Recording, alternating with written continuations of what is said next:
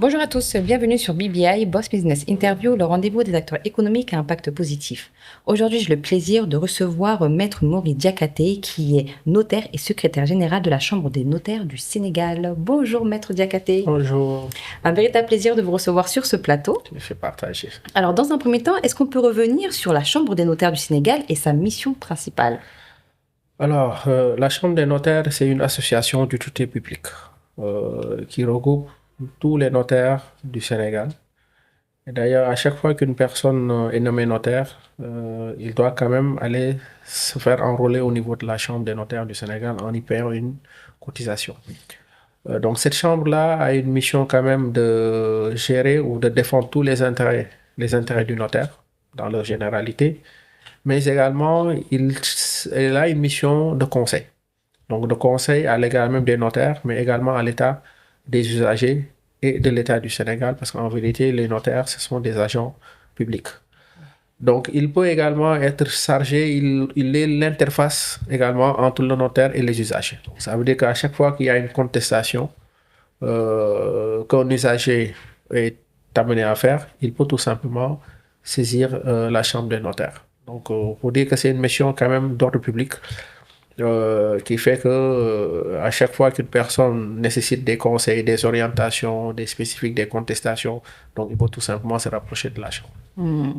Aujourd'hui, un positionnement qui est très important et même indispensable, je dirais, pour les citoyens et les Sénégalais en général. Oui, parce que généralement, quand même, c'est une chambre. Bon, là, on demande quand même à migrer vers un ordre, parce que quand même, la chambre commence à s'élargir. Donc, ce qui fait que toute personne, hein, et même pour, et ça je le dis, bon, c'est vrai que ça je le signale au passage, même le cas des testaments, ceux qui cherchent par exemple à vérifier si leurs défunts ont laissé des testaments, ils peuvent tout simplement saisir la chambre qui va en fait essayer de relayer l'information et voir si oui ou non un testament avait été laissé. Donc pour dire que vraiment c'est une entité essentielle dans l'exercice même de notre profession. Exactement. Et c'est bon à savoir sur la partie testament parce que ça, malheureusement, c'est un véritable fléau. Ici, au Sénégal, il n'y a pas de succession, peut-être même d'accompagnement sur cette partie-là qui est indispensable. Effectivement, parce que d'ailleurs, nous sommes en train de travailler sur la mise en place des fichiers des dernières volontés.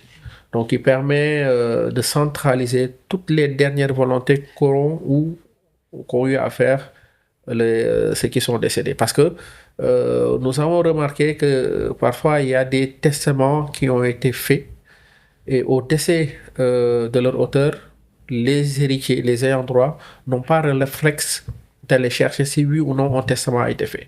Donc nous en retrouvons des testaments qui sont dans nos cabinets et l'on ne sait si leurs auteurs sont encore vivants ou disparus. Et donc généralement, c'est des testaments qui demeurent là alors que quand même, ça aurait pu régler pas mal de choses dans le cadre des successions. Exactement, une très belle initiative, ce sur quoi vous êtes en train de travailler. Vous êtes aujourd'hui secrétaire général de la Chambre des notaires du Sénégal.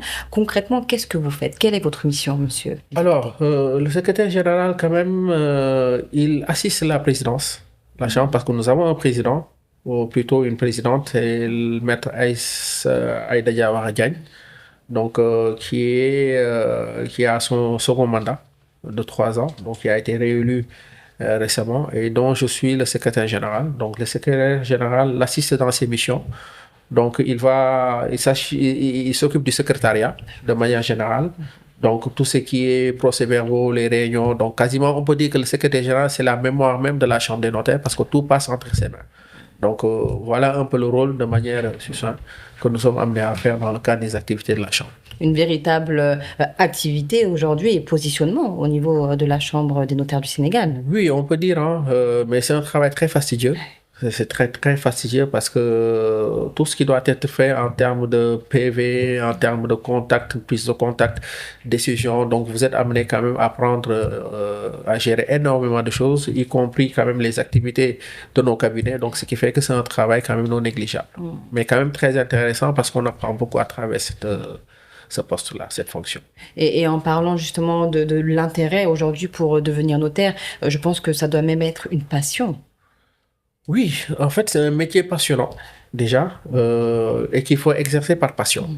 D'accord? Donc, parce que tout ce que ça demande comme temps de formation, comme apprentissage, il faut aimer ces métiers-là. Donc, et ne pas l'embrasser que par opportunisme.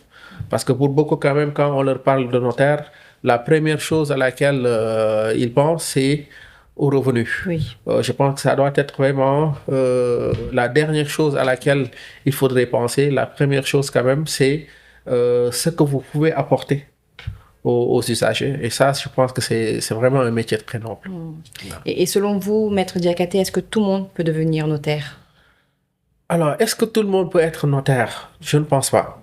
En toute sincérité, je ne pense pas parce que c'est un métier qui requiert une certaine formation, une certaine persévérance, un savoir-faire, un savoir-être. Et d'ailleurs, je me rappelle lors d'une prestation de serment, le bâtonnier d'alors, donc que je vais citer d'ailleurs, Madame Gueye, disait que le notaire ne doit pas être n'importe qui, ne doit pas faire n'importe quoi et ne doit pas fréquenter n'importe où. Donc, ce qui fait que c'est vraiment un métier d'élite. Voilà, donc tout le monde ne peut pas être quand même notaire, à mon avis.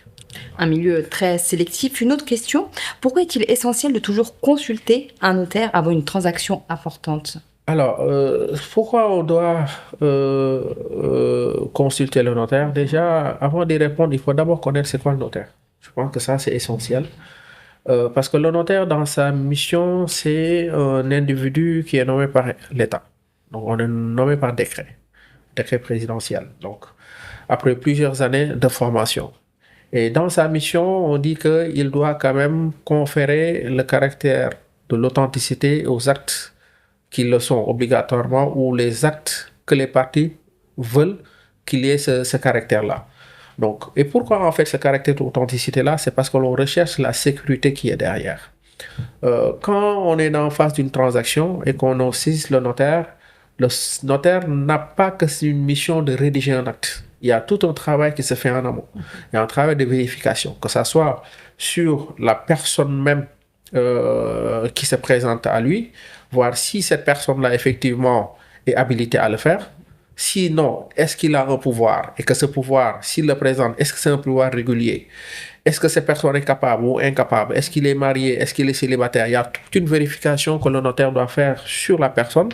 Si c'est une personne morale, voir exactement sous quel régime on le situe. Est-ce que c'est un commerçant? Est-ce que c'est un civil? C'est-à-dire, quand je parle commerçant, société civile, société commerciale, entreprise individuelle, il y a toutes ces vérifications. Et si, par exemple, c'est porte sur un bien, il faut qu'on vérifie ce bien-là. Qu'est-ce qu'il est? Est-ce que c'est un titre foncier? Est-ce que c'est un bail? Est-ce que c'est un terrain du domaine national? Est-ce qu'il y a des charges dessus? Est-ce que le terrain est dans le commerce juridique? Donc, il y a tout un travail que le notaire fait et ça, justement, c'est pour tout simplement assurer une certaine sécurité et que l'effet qui est attendu puisse être atteint. Donc, vraiment, il y a un travail titanesque qui se fait en amont, mais malheureusement, les gens ne voient que la face apparente de la profession du métier qui est la signature, un acte qui est signé pour eux, c'est ça, mais en vérité, ça, c'est pas le notariat. Le notariat, c'est ce qui se fait en amont. Et justement, j'apprends énormément de vous par rapport à tout ce que vous venez de citer, au travers de toutes les actions que vous faites en amont. Vous êtes un peu les garants de la sécurité des citoyens. Ce que je comprends aussi, c'est qu'il n'y a pas de droit à l'erreur au final. Ah non, comme je disais, je dis toujours, le notaire, il est tenu d'une obligation de résultat. Dans les textes même qui régissent la profession, il est prévu que le notaire, il s'assure de la validité et de l'efficacité de l'acte. C'est deux éléments qui sont totalement différents. Ça veut dire quoi? Ça veut dire qu'un acte peut être valable, mais ne pas être efficace. Et donc, si un acte n'est pas efficace, ça veut dire que l'effet qui est escompté n'est pas atteint. Et si l'effet escompté n'est pas atteint, naturellement, le notaire peut en engager sa responsabilité. Et c'est là où intervient le rôle de conseil du notaire. Donc, quand un acte quand même présente une certaine difficulté, le notaire doit en interpeller les parties pour leur dire de faire attention sur tel ou tel aspect. Et comme l'on dit toujours, une fois que le conseil est donné, bon, malheureusement, les conseillers, comme on dit, ne sont pas les payeurs. Une partie qui s'entête à poursuivre l'opération, bon, comme on dit, ce sera assez risqué et périlleux. Donc, tout simplement. Je comprends pourquoi est-ce que la vérification est si importante. Elle est très importante. Elle est très importante. Et ça, si vous me le permettez, aujourd'hui, quand même, récemment, nous avons été confrontés à énormément de faux. Ça, quand même, bon, parfois dans les médias, on ne comprend pas On va dire, ah, le notaire a utilisé la carte d'identité de telle personne pour vendre un bien, et ça, je signale qu'au passage, le notaire ne vend pas. Donc, il assiste, c'est un témoin d'une opération. Et pour ça, quand même, nous interpellons beaucoup l'État, avec qui, quand même, nous avons fait beaucoup de rencontres, beaucoup de remontées sur comment faire, quand même, pour sécuriser l'état civil du citoyen. Parce que, quand même, nous voyons des gens dont l'état civil a été dérobé, et malheureusement, après, ce sont des transactions qui se font, et malheureusement, le notaire n'y peut rien. Parce que, quand même, bon, notre cadre d'action est très limité. Si on nous présente une carte d'identité qui présente voilà, les attributs d'une bonne carte, naturellement, le notaire ne peut que réaliser l'opération. Donc, et ça, quand même, bon, nous demandons, nous sommes en discussion avec l'État pour que l'on sache comment faire pour sécuriser au mieux les transactions et l'état civil de nos concitoyens. Et c'est très bien de le souligner aujourd'hui. Dans quel moment clé de la vie fait-on appel à un notaire, Maître Diakhaté? Personne, je dirais, a besoin d'un notaire. Mais il y en a où il faut impérativement la présence du notaire. C'est dans le cas des transactions portant sur les terres immatriculées. Donc, quand je parle des terres immatriculées, c'est ce qu'on appelle les titres fonciers. Les baux également, mais pas sur les domaines, les terres du domaine national. Sur les terres du domaine national, par contre, le notaire peut intervenir dans le cadre des transactions portant sur les impenses qui sont édifiés dessus, ce qu'on appelle les pertes de soins. Dans le cadre des successions, limitation après décès. Donc, il y a l'intervention du notaire. Dans le cadre des procurations, les constitutions de sociétés, dans même le cadre des partenariats, des conventions de partenariat, là également, le notaire peut intervenir dans la transaction. Donc, pour dire que ça soit en matière de succession, en matière commerciale, dans le cadre des sûretés, les reconnaissances de dette, vraiment le champ du notaire est très large, donc c'est pas limité. Donc, nous pouvons intervenir dans tous les actes de la vie civile et commerciale. Je vois bien aujourd'hui l'importance du rôle de notaire, mais ce que je comprends pas, c'est pourquoi est-ce qu'aujourd'hui il est si peu connu et si peu compris des citoyens en règle générale? Alors, ça peut s'expliquer par le fait que le notaire, nous n'avons pas le droit de faire de la publicité. Et comme on dit, une profession mal connue, une profession mal aimée. Donc, on le dit. Malheureusement, il n'y a que la chambre des notaires qui soit en mesure de faire des activités de communication. Donc ça, également, ça peut être une des limites qui fait que les gens ne nous connaissent pas. Mais le notaire également, quand même, c'est un homme discret, en règle générale, parce que quand même, il détient des secrets de la vie familiale, ou même parfois des secrets de l'État lui-même. Donc, il ne peut pas se permettre quand même de faire des sorties médiatiques à tout va. Donc, et ça justifie tout simplement que cette profession soit mal connue. L'autre élément qui fait que en fait, l'on nous interdise de faire des publicités, c'est pour éviter tout ce qui est pratique anticoncurrentielle. Tous les notaires sont égaux, tous les notaires se valent. Donc, on ne peut pas quand même accepter qu'un notaire fasse de la communication, donc, ou de la publicité, parce que communiquer et puis faire de la publication, effectivement, c'est différent. Je pense que vous êtes plus à même de nous faire la différence. Donc, quand même, mais quand même, nous tentons autant peut que se faire de faire connaître la profession. Mais effectivement, c'est une profession qui est un peu réservée. Donc, les notaires sont très réservés. Ça, je l'avoue. Merci beaucoup, Maître Diakhaté, pour cet éclaircissement et pour ce beau message. Je vous en prie, c'est moi qui vous remercie. Avec grand plaisir. Au revoir.